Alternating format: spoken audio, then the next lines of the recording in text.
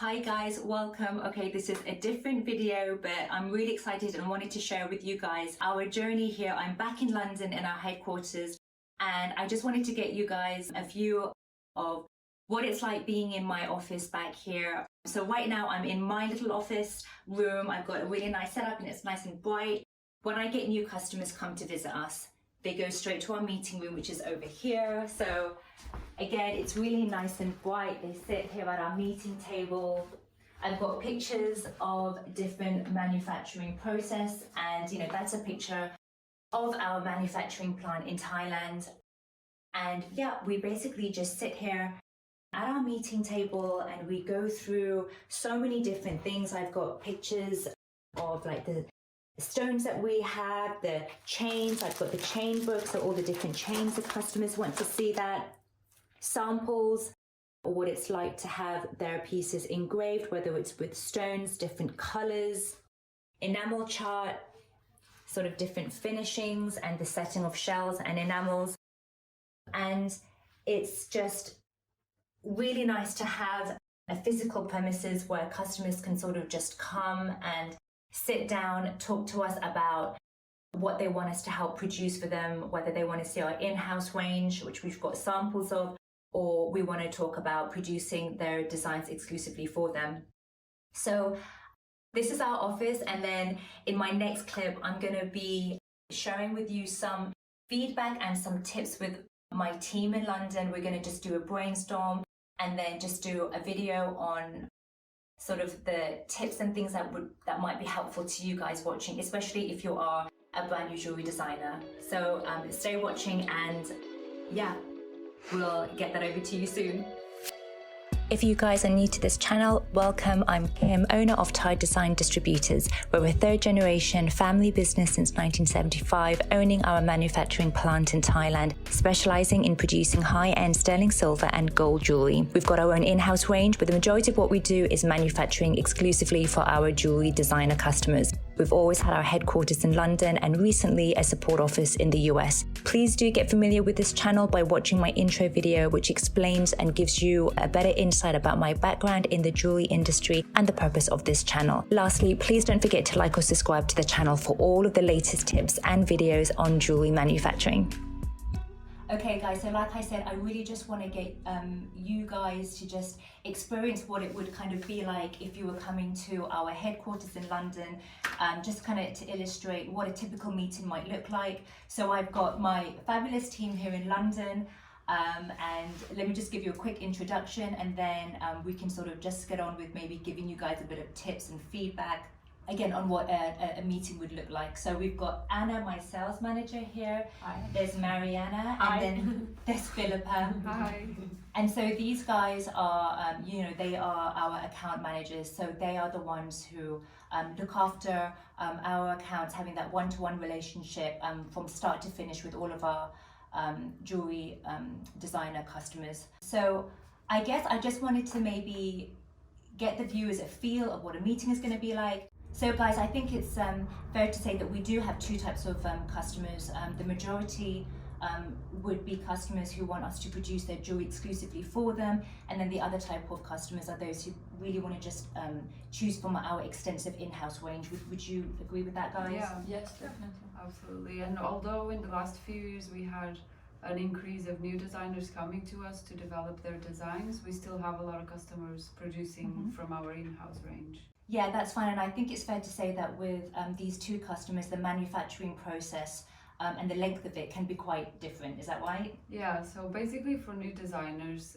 we start to check whether they have CADs, resins, masters or molds. And if they do, that will help reduce the lead time by quite a bit. Whereas with customers from the in-house range, the factory has the molds and everything ready, so the production can start pretty much straight away. Yeah.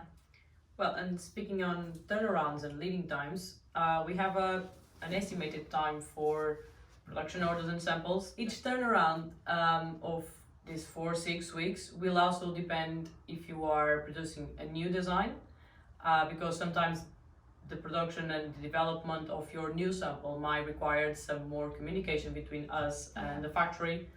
So this is always an estimated time. If your design is more complex, it might take slightly longer than the 4 or 5 weeks. If your design is more simple or is more like stamping from our in-house range, it might take still the 4 weeks.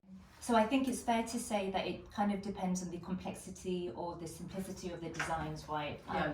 And so that also not only affects the turnaround, but also maybe with the delivering prices and quotations to customers. Yes, definitely. Regarding prices, we get quite a lot of questions on how these are calculated and how they work. Depending if you are a customer that's buying in-house range items or you are creating your own designs.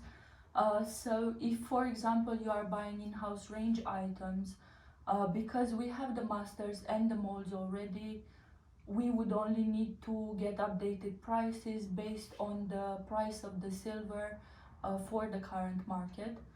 If you instead are a customer that is creating their own designs, pricing might take slightly longer, like my colleague has pointed out, depending how complex the design is. The prices that we provide for new designs, they would be just estimated, as these are calculated based on an estimated weight and an estimated labor charge. It also depends if you are requiring any plating or lasering, stones, or any other processes. And I think once we do those final samples, then we can sort of get back to the customer and say this is the accurate price because we've already physically made the sample already. Sure, definitely. And I think the other thing that customers need to understand is, every supplier or every manufacturer works differently with regards to pricing. In our case, we include everything in our pricing, right? Yeah. Yes, so the prices that we provide include shipping, customs, and freight charges for the items to be sent from our manufacturing plant in Thailand to one of our head offices. The customers would then only need to pay VAT if they are based in UK and postage from our offices to their desired location.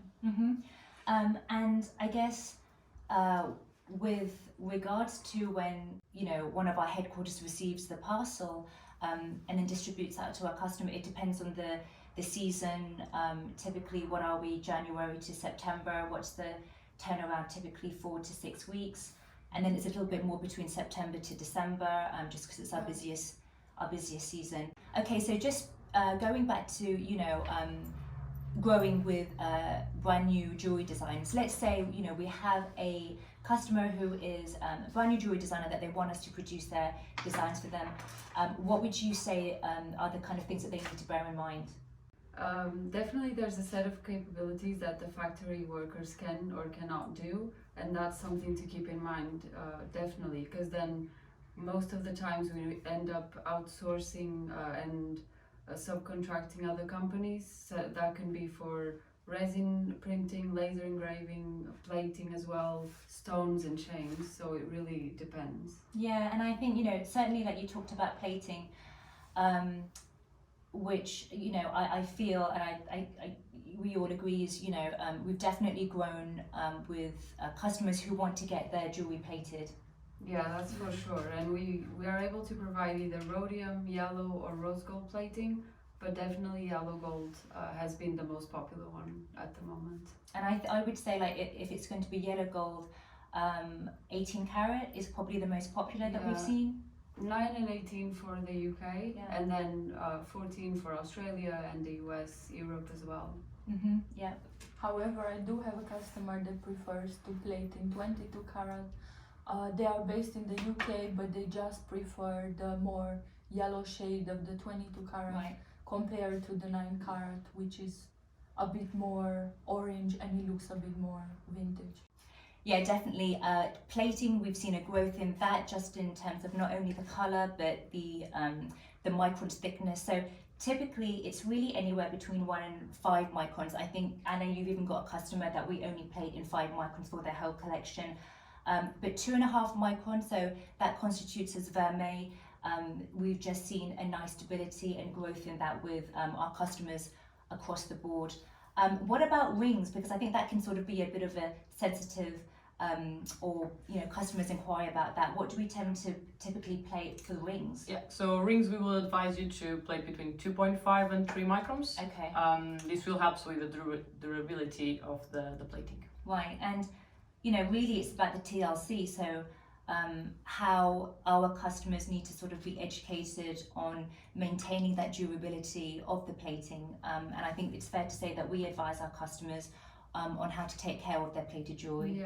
Yeah, and we normally give that heads up to the customers as well. Most of them already have a TLC section on their website and make all their customers aware, because it's really important to keep all your jewelry away from moisturizers, perfumes, not shower with them, not swim, so you can ensure that the plating will last as long as possible. Yeah, I mean, you think it's obvious, but sometimes we just need to advise that a little bit more to customers. And I think again it kind of goes back to how important it is where all of our customers, particularly in our company, all of our customers have an account manager, so that you sort of build that rapport and relationship with them from start to finish. Sure, definitely. So having an account manager will help them familiarize themselves with your designs, and it would also help them have an idea of the type of expectations you have. They will give you regular updates on development, and you could work together on creating new designs as well. Yeah, I mean, I think ultimately the communication between our customers and their account manager is really important. Like Anna said, getting those updates regularly is just to reassure and just build that confidence and trust between us and the customer. And then I guess lastly, I just want to maybe let viewers get a taste on kind of maybe tips that we can sort of give to any new jewelry designers. Let's say they come to us, guys, what is that one tip that you can think of that you would give to a new jewelry design if they wanted to work with us? What tip would you give them, Philippa? What do you think? I would say definitely do not rush and take your time, finding the right measurements, the right shapes and everything, because once the sample is done, there's no way back really, and that costs a lot of money and time if you have to redo it all over again. So really just enjoy the process and take your time finding all the things you want to do. Yeah, so don't rush from the start. Take your time, make sure you're happy with all the designs. Yeah, great. Mariana, what do you think? Well, I will advise our new customers to build a brand identity along with their designs. This will help them to create a long relationship with their customers, to show them who they are, what they believe, how the ethos that they follow. And also when you actually go to a store and see a design that you like, or that you feel that it's something yours, it's something you also can sort of connect with. Yeah, exactly. It's something that you're gonna have in mind for the next time that you want to buy something. Oh, I have this necklace that I really like and fits me very well. Yeah. So I think you kind of maybe the story sort of for designers to think about creating that unique story background behind their brand design. This is very important. Yeah, and it just kind of helps maybe make their customers stay loyal to them, have that connection, resonate with the designs. Anna, what do you think? So I would think when you start creating new designs, it would be great to start with a couple of designs. So few designs, start small and then grow the designs, based on the best sellers, based on what your customers like. This would also help from a production standpoint, just to see if the type of designs that you are trying to create are suitable, and if they need any small adjustments to make sure they would fit the production. And for the new designs that you are creating, then you would kind of know what to expect. Yeah, so just not to throw out loads and loads of new designs, sort of like start small, wait for the brand to grow, see what your best sellers are. No, that's great. Thanks for the feedback. Thank you. All right, guys. Well, I hope you found that helpful. Thank you for supporting the channel. Please continue to like and subscribe of the channel, and I will see you in my next video. But from all of us, thanks so much. Take care. Bye. Bye.